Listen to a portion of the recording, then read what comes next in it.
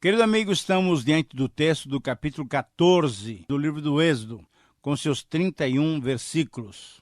Nesses versos vamos encontrar três assuntos importantes: a perseguição dos egípcios aos israelitas, a passagem dos israelitas pelo Mar Vermelho e a morte dos egípcios no Mar Vermelho. São assuntos importantes e mostram a boa mão de Deus em cada etapa, abençoando e solidificando a fé dos filhos de Israel. Eu quero recomendar-lhe que abra sua Bíblia para podermos estudar. Nos acompanhe agora além do texto e anotando os comentários e talvez as possíveis lições que nós vamos extrair desse capítulo tão importante. Em primeiro lugar, vamos ver os versículos 1 a 14, onde nos é narrada a perseguição dos israelitas pelos egípcios. Vamos fazer alguns destaques. Primeiro, nos versos 1 e 2, é Deus quem orienta Israel no caminho a seguir. Deus ordenou a Israel, através de Moisés, que o acampamento todo fosse retrocedido e acampasse em Pi-Hairote. Todas essas localidades mencionadas aqui, Pi-Hairote, Migdol, Baal-Zephon, mesmo com o avanço da arqueologia, elas não têm sido localizadas com exatidão. Isso se deve principalmente à construção do canal de Suez, que modificou a topografia daquela região. Mas com certeza podemos afirmar que o caminho foi mudado de sudoeste para sudeste, pois esse caminho mais lógico e mais curto, como vimos no programa passado, levaria os israelitas diretamente a confrontar-se com os filisteus. Mas esse caminho colocou os israelitas diante do Mar Vermelho, entre o Egito e o Mar Vermelho. Segundo, Deus alertou a Moisés que diante desse recuo e do acampamento, o faraó entenderia que Israel estava confuso e perdido no início da sua caminhada no deserto, conforme nós lemos no versículo 3. E isso, então, serviria como um convite para que os egípcios planejassem uma perseguição. Terceiro lugar, no verso 4, Deus claramente avisa a Moisés que o faraó teria o seu coração endurecido mais uma vez e empreenderia uma perseguição dura contra os israelitas. Mas, ao mesmo tempo, também, Deus afirma a Moisés que ele seria glorificado através dessa perseguição, porque, mais uma vez, Deus mesmo demonstraria que ele é o Senhor, o único Deus. Querido amigo, temos que lembrar que essa perseguição só ocorreria sob orientação e a permissão divina, como ainda hoje acontece.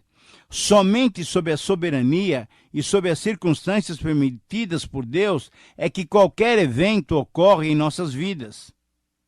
Só Deus permitindo acontece o que acontece conosco.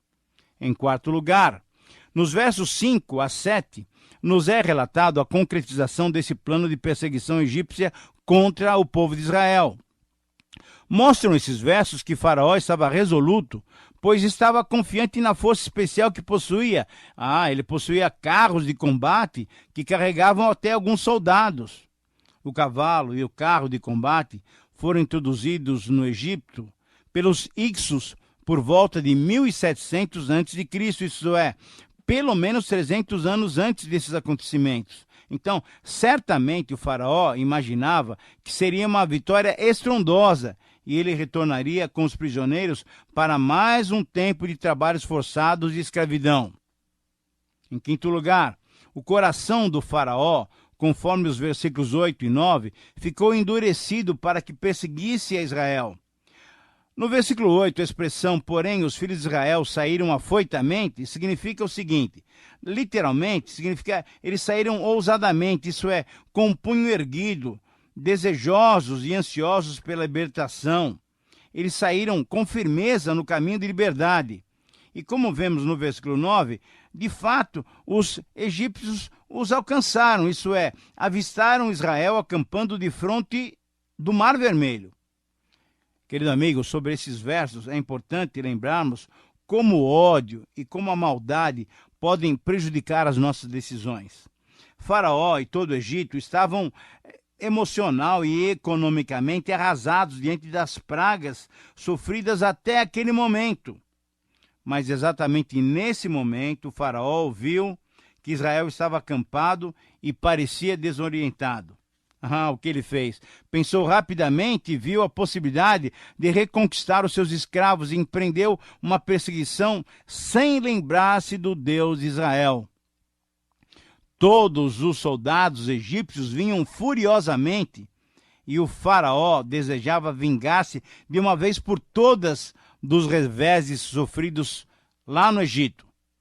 Mas o Deus que fez tantos milagres no Egito e que providenciou uma coluna de nuvem durante o dia e uma coluna de fogo durante a noite para acompanhar o seu povo, naturalmente esse Deus, o nosso Deus, não estava dormindo. Sim, querido amigo, sempre podemos contar com a presença, com a direção e com a proteção de Deus diante dos nossos inimigos. O texto, ainda nessa primeira parte, nos mostra nos versos 10 a 14 alguns acontecimentos, outros acontecimentos que trazem lições importantes para nós. O povo de Israel não tinha armas, não tinha soldados preparados, não tinha uma defesa humana. O povo estava diante do Mar Vermelho e os egípcios se aproximavam. Não havia ponte, não havia túnel, não havia barcos para atravessá-los para o outro lado. Era uma situação terrível. O faraó ia se aproximando cada vez mais.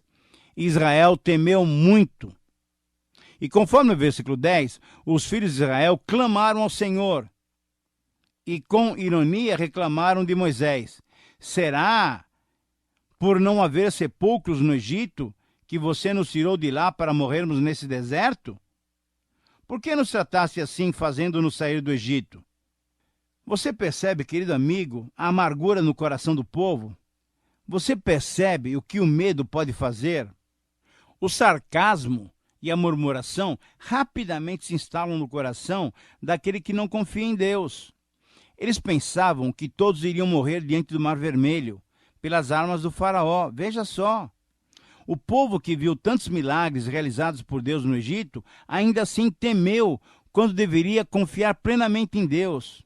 Na verdade, essas queixas do povo contra Moisés e contra o Senhor se tornaram, na verdade, uma constante durante todo o período da travessia do deserto, como vimos e veremos.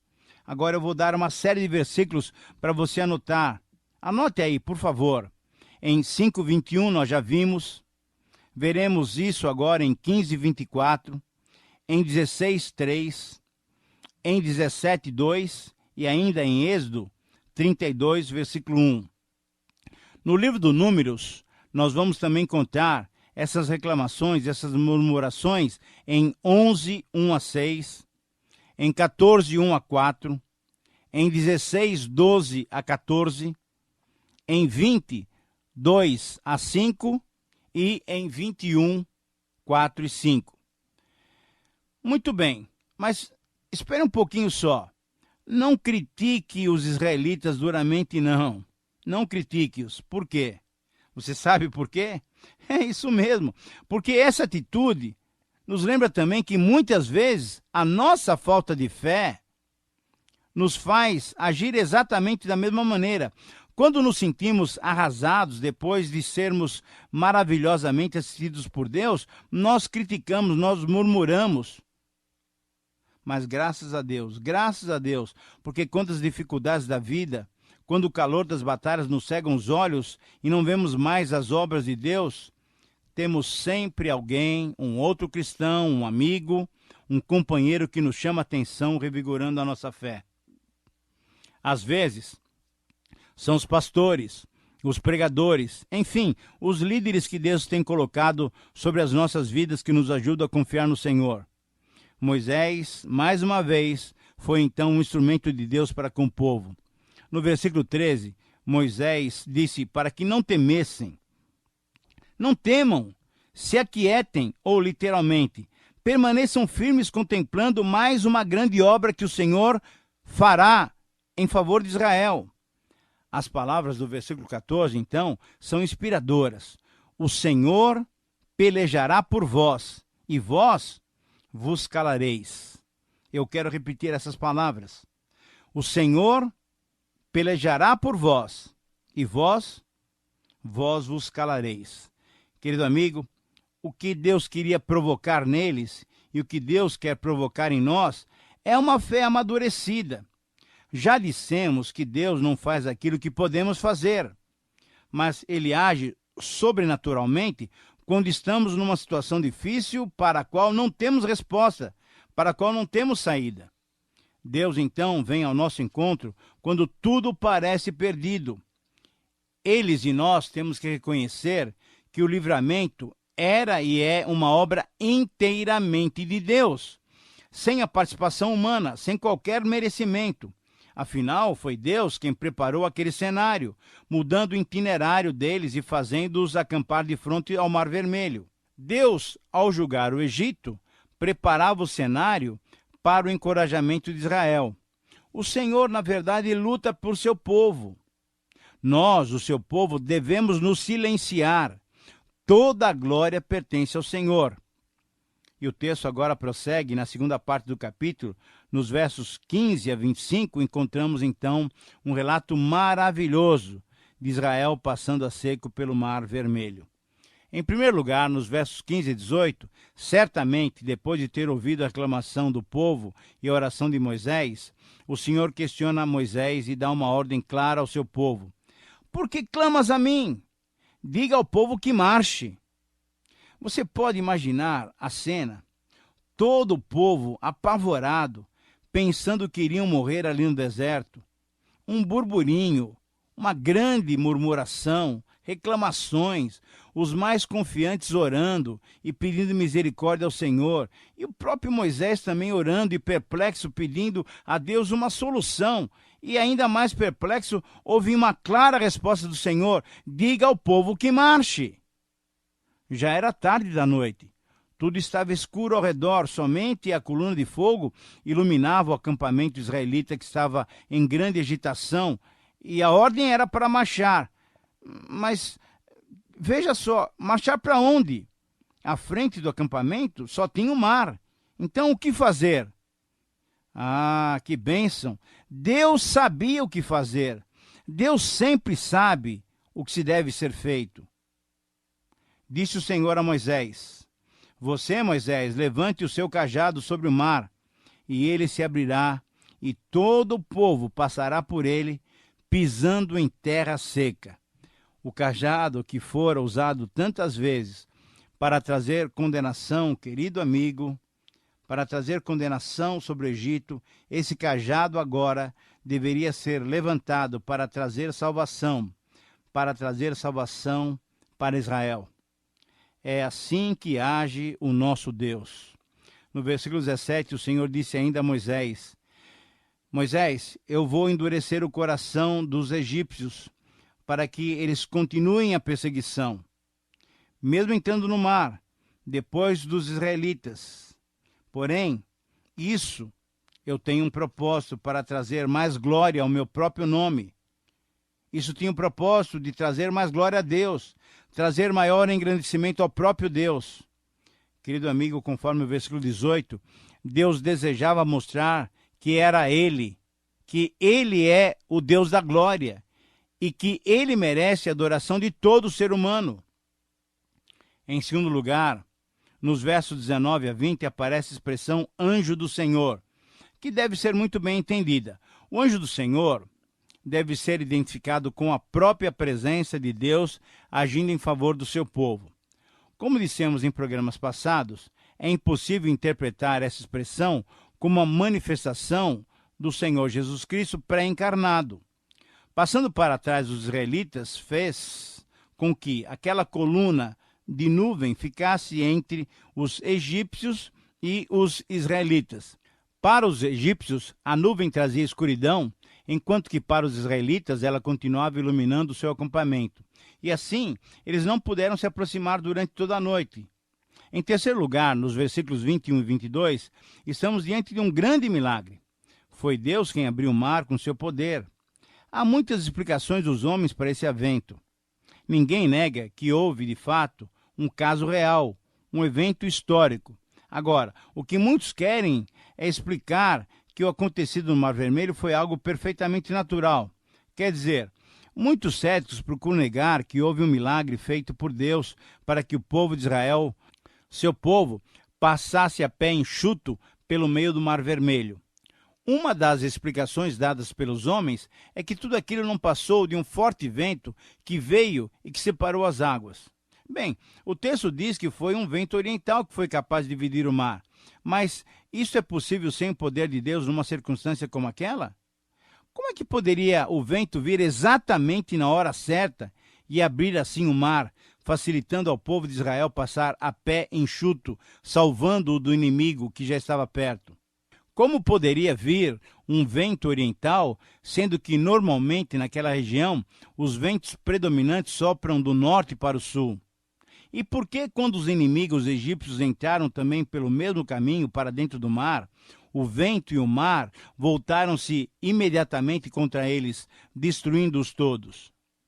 Por que as águas formaram como que paredes imensas, muros sem fim de um lado e de outro, deixando somente o povo de Israel passar? E por que o solo em que o povo pisava no meio do mar estava completamente seco e enxuto? E por que um vento capaz de abrir assim as águas do mar de uma forma tão especial, formando montanhas de água de um lado e de outro, esse mesmo vento não atingiu, não afetou o povo, nem as criancinhas, nem os idosos? Qual a explicação que a sabedoria humana e a ciência poderiam dar para todos esses eventos? A verdade, querido amigo, é que Deus é que fez esse grande milagre. Atribuir a passagem do Mar Vermelho a pé enxuto pelo povo de Deus a apenas um vento oriental e só ao vento, é revelar incredulidade e discordância da palavra de Deus. O Deus que fez o mar e que fez a terra não poderia operar aquele milagre? Haverá alguma coisa demasiadamente difícil para o nosso Deus?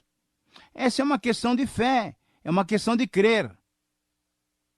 Em quarto lugar, nos versos 23 a 25, Deus permite então que Faraó e os seus exércitos façam aquilo que já estavam nos seus corações. Eles seguiram os israelitas, acharam que tudo aquilo que estava acontecendo era muito natural. Se o povo de Israel passou livremente, nós também passaremos igualmente, sem maiores problemas. E foi isso que eles pensaram. Eles raciocinaram de uma maneira muito naturalista, como muitos hoje ainda fazem. Muitos que negam o elemento milagroso da travessia do Mar Vermelho raciocinam dessa maneira. Então, os egípcios os perseguiram. Entraram atrás deles com todos os seus cavalos. Os cavalos de Faraó, os seus carros, seus cavalarianos, foram até o meio do mar. Mas conforme o versículo 24 diz, na vigília da manhã, isto é, na terceira vigília, das 2 às 6 da manhã, o Senhor, na coluna de fogo e de nuvem, viu e alvoroçou o acampamento dos egípcios. Mas no versículo 25 temos então o relato de que as rodas dos carros ficaram emperradas por uma ação divina, por uma ação de Deus, que fez com que os seus carros ficassem atolados na lama e na areia, ou até tivessem as suas rodas quebradas. Diante disso, querido amigo, certamente lembrando-se dos eventos passados, agora sim, os egípcios decidiram que deveriam fugir diante de Israel, porque reconheceram que o Senhor estava lutando pelo seu povo. Encaminhando-nos agora para o final do programa, em terceiro lugar, na parte final do capítulo, nós temos os versículos 26 a 28. Com ousadia e presunção, os egípcios entraram no mar perseguindo os israelitas. Mas Deus ordenou a Moisés e ele estendeu a mão sobre o mar. E sabe o que aconteceu? O mar, ao romper da manhã, retornou com sua força. E os egípcios, ao fugirem, foram de encontro a ele, e o Senhor derribou os egípcios no meio do mar, cobrindo e aniquilando todos eles. Querido amigo, enquanto os egípcios morriam sob a justa mão do Senhor, os filhos de Israel atravessaram a pé enxuto pelo meio do mar e as águas lhes eram quais muros à sua direita e à sua esquerda. Quando nos tornamos dependentes de Deus, é Ele quem luta por nós. Temos que aprender a experimentar isso no nosso dia a dia. E, finalmente, nos versos 30 e 31, vemos que, diante da poderosa manifestação divina, o povo temeu o Senhor e confiou no Senhor e em Moisés, o seu servo. Embora Faraó tenha sido culpado de toda aquela mortandade, Deus sempre usou tudo para mostrar o seu poder ao povo de Israel. O coração do Faraó, que permaneceu sempre endurecido, possibilitou que Deus revelasse ao seu povo o seu grande poder. Ficou absolutamente claro que Deus tanto liberta pelo sangue como pelo seu poder. Saíram do Egito, instituindo a Páscoa, tendo as suas portas pintadas com sangue, e aqui escaparam das mãos dos inimigos sob o grande poder de Deus. Esse foi, de fato, um livramento maravilhoso. O poder do Faraó foi destruído para sempre. Os israelitas não foram mais dominados pelos egípcios. E ao perceberem o grande poder de Deus, o povo temeu ao Senhor e rompeu em cânticos. Mas sobre isso nós vamos ver no nosso próximo programa. Chegamos então ao final de mais um tempo de estudos. Nós louvamos a Deus pela sua participação conosco, por você acompanhar com a sua Bíblia aberta os nossos estudos. Espero que você tenha aproveitado essas lições e que Deus lhe capacite a aplicá-las na sua vida diária. Escreva para nós, anote o nosso endereço. Queremos saber como tem sido não só a recepção do programa, mas quais são as suas dúvidas, qual foi a boa lição que você tirou desse programa. Para nós isso é muito importante porque nos dá um respaldo, nos dá um retorno daquilo que nós temos colocado diante de você e nós queremos que Deus seja sempre pronto a te abençoar. A nossa oração é essa. Muito obrigado por sua companhia, um grande abraço e que Deus te abençoe.